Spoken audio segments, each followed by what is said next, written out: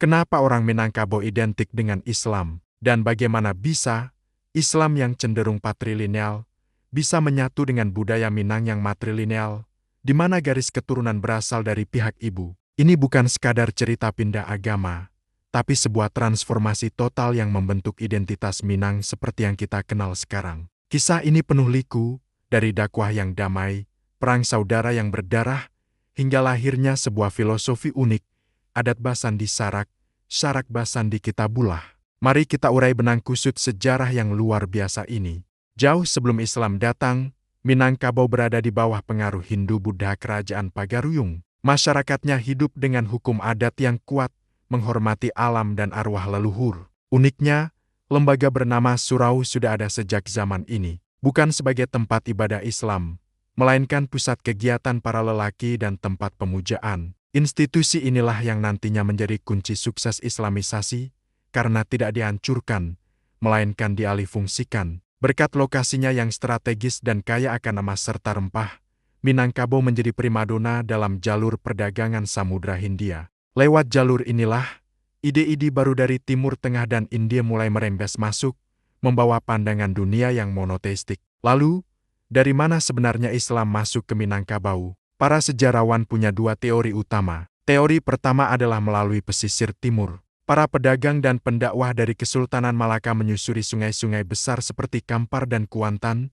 membawa ajaran Islam ke dataran tinggi. Fenomena ini dikenal dengan istilah sarak mendaki. Adat menurun, artinya ajaran agama mendaki dari pesisir ke pedalaman, sementara adat turun dari pusat budaya di dataran tinggi.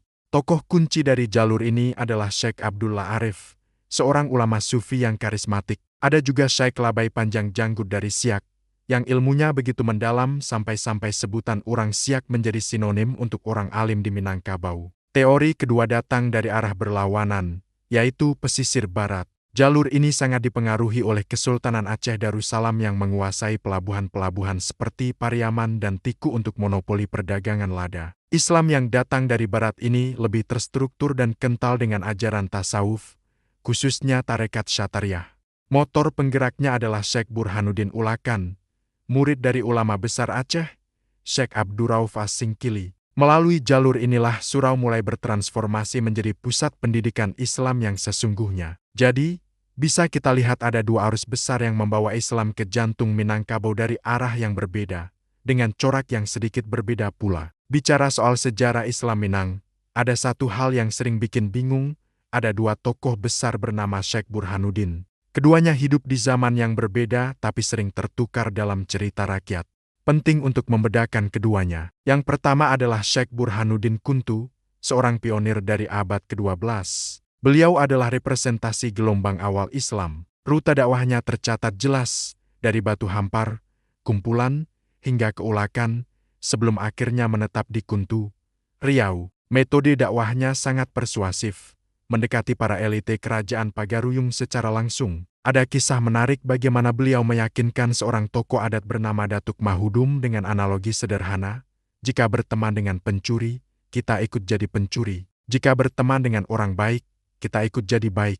Pendekatan humanis inilah yang membuat Islam mulai diterima. Tokoh kedua, yang jauh lebih populer, adalah Syekh Burhanuddin Ulakan dari abad ke-17. Beliaulah sang arsitek utama yang mengintegrasikan Islam ke dalam struktur masyarakat pesisir Minang. Setelah berguru di Aceh, beliau pulang dan mendirikan Surau Gadang Tanjung Medan, sebuah prototipe lembaga pendidikan Islam pertama di Minangkabau. Beliau juga mempopulerkan tarekat Syatariyah dan menciptakan tradisi basapa, ziarah massal setiap bulan Safar ke makamnya. Tradisi ini berhasil mengalihkan devosi masyarakat dari pemujaan arwah leluhur menjadi penghormatan terhadap waliullah. Bahkan, ada legenda tentang lemang. Diceritakan Syekh Burhanuddin mengajarkan memasak nasi di dalam bambu agar terjamin kesuciannya dari wadah yang mungkin pernah dipakai untuk memasak makanan haram. Sejak itu, lemang menjadi kuliner khas perayaan Hari Besar Islam di Minang. Keberhasilan Islamisasi di Minangkabau tak lepas dari strategi cerdas untuk beradaptasi, bukan menghancurkan. Contoh terbaiknya adalah transformasi surau. Dari yang tadinya hanya tempat tidur para bujang dan pusat ilmu bela diri, surau diisi dengan substansi baru. Arsitekturnya tetap, tapi fungsinya meluas drastis. Surau menjadi tempat belajar mengaji, ilmu fikih, akhlak, hingga tasawuf. Metodenya pun sudah modern, ada sistem percakapan bahasa Arab dan sistem belajar individu maupun klasikal. Surau menjadi kawah candera di muka, tempat seorang pemuda Minang ditempa untuk menjadi pribadi yang paham adat sekaligus taat pada syariat. Disinilah peran tarekat Syatariah menjadi sangat penting. Ajarannya yang akomodatif, fokus pada zikir, dan tidak secara frontal menyerang adat, membuat transisi ke Islam terasa lebih mulus dan damai. Seiring menguatnya Islam, struktur politik kerajaan Pagaruyung pun ikut beradaptasi. Lahirlah sebuah konsep kepemimpinan unik bernama Rajo Tigo Selo atau tiga raja dalam satu takhta. Ini adalah bentuk pembagian kekuasaan yang luar biasa. Pertama, ada Raja Alam di Pagaruyung sebagai simbol pemersatu dan kepala negara tertinggi. Kedua, ada Raja Adat di Bo yang mengurusi segala hal terkait adat istiadat dan sengketa tanah. Dan yang ketiga, institusi baru hasil Islamisasi, yaitu Raja Ibadah di Sumpur Kudus. Otoritasnya mencakup masalah peribadatan, hukum nikah, dan pendidikan agama. Struktur ini menunjukkan bahwa pada abad ke-17, Islam telah dianggap setara dengan adat dalam konstitusi kerajaan, sebuah langkah besar menuju integrasi. Namun, wajah Islam di Minangkabau tidak selamanya damai. Memasuki abad ke-19, gelombang puritanisme yang keras datang mengubah segalanya. Semua dipicu oleh kepulangan 3 orang haji dari Mekah pada tahun 1803, Haji Miskin, Haji Sumanik, dan Haji Piobang. Mereka menyaksikan langsung gerakan Wahabi di Arab dan terinspirasi untuk membersihkan Islam di Minangkabau dari apa yang mereka anggap takayul, bidah, dan kurafat.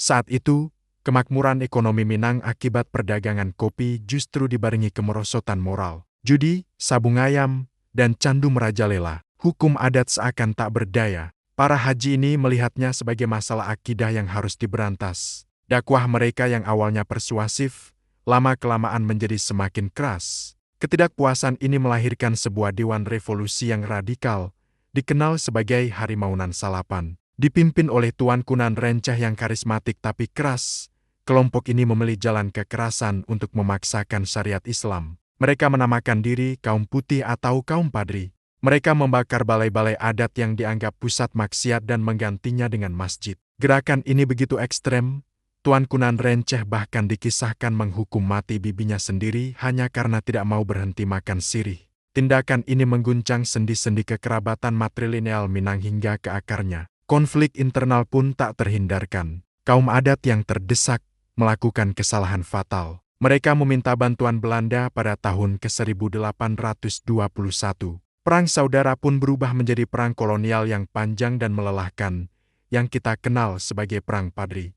Setelah bertahun-tahun pertumpahan darah, kaum adat dan kaum padri akhirnya sama-sama menyadari sesuatu. Mereka sadar bahwa musuh bersama mereka sebenarnya adalah Belanda, yang hanya mengadu domba untuk menguasai tanah Minang. Kesadaran ini memicu sebuah rekonsiliasi agung. Pada tahun 1837, di Puncak Patou, para pemimpin adat dan ulama duduk bersama, mengikrarkan sebuah sumpah bersejarah yang dikenal sebagai Sumpah Seti Bukit Marapalam. Sumpah inilah yang melahirkan falsafah hidup orang Minangkabau hingga hari ini. Adat basan di syarak, syarak basan di kitabullah. Artinya, adat bersendikan pada hukum Islam, dan hukum Islam bersendikan pada Al-Quran. Agama memberi aturan, adat yang melaksanakannya dalam kehidupan sehari-hari. Sumpah ini menjadi konstitusi budaya yang menyatukan kembali masyarakat Minang. Sejak saat itu, menjadi orang Minang berarti menjadi seorang Muslim. Lalu bagaimana dengan masalah terbesar, sistem waris? Adat Minang bersifat matrilineal, harta pusaka turun ke garis perempuan, sementara hukum waris Islam atau faraid bersifat patrilineal. Bagaimana keduanya bisa berdamai? Disinilah kecerdasan para leluhur Minang terlihat. Mereka tidak menghapus salah satunya, tapi membuat kategorisasi harta. Pertama, ada harta pusaka tinggi. Ini adalah harta turun-temurun kaum seperti rumah gadang dan sawah. Harta ini diwariskan menurut hukum adat matrilineal. Kenapa boleh? Karena statusnya dianggap bukan milik pribadi, melainkan milik komunal atau wakaf kaum, sehingga hukum faraid tidak berlaku. Kedua, ada harta pusaka rendah. Ini adalah harta hasil pencaharian pribadi selama hidup. Harta inilah yang wajib dibagi menurut hukum faraid Islam kepada anak-anak dan pasangan, Sebuah solusi jenius yang berhasil mendamaikan dua sistem hukum yang tampak bertentangan. Dari dakwah Sufi yang lembut, revolusi Puritan yang keras, hingga tercapainya konsensus agung. Islamisasi di Minangkabau adalah sebuah epik tentang dialektika budaya yang luar biasa. Kisah ini mengajarkan bahwa sebuah masyarakat bisa menyerap nilai-nilai universal agama tanpa harus kehilangan identitas lokalnya yang unik.